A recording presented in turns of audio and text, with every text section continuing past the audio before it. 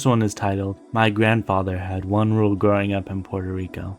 Never go into the woods after sundown. My father only had one rule when I was growing up in Puerto Rico. Never go into the woods after sundown.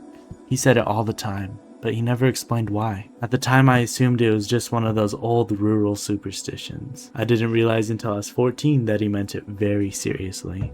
I grew up in Fajardo, a beach town in the eastern side of Puerto Rico. Most people think about the ocean when they hear that name. Boats, fishing, docks, ferries heading to the smaller islands. But if you actually grow up there, you learn pretty quickly that the ocean isn't the only thing surrounding the town. Behind the neighborhoods and houses, the land turns into thick forests and hills. The woods start just past the last row of houses. Once you get into them, the trees grow close together.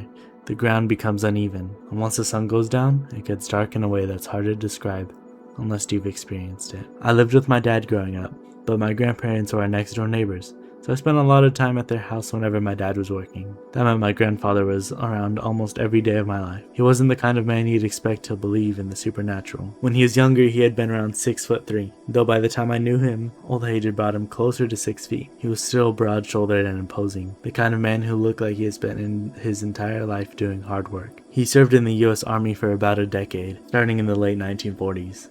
And after leaving the service, he worked a number of jobs before eventually opening a small bodega in New York in the 1970s. Later, he moved back to Puerto Rico. He wasn't superstitious, which is why the rule always felt strange. Every evening, he would sit on the balcony in a long blue and white hospital chair he had because of circulation problems in his legs.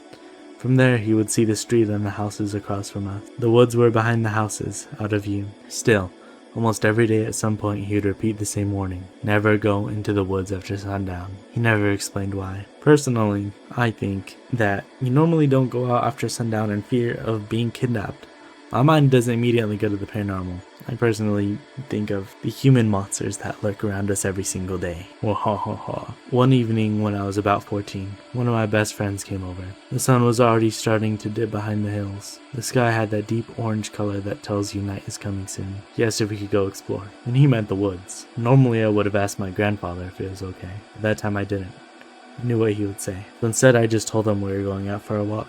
As we were leaving through the gate, he called out to me from the balcony, "Don't go into the woods after sundown." The words caught me off guard.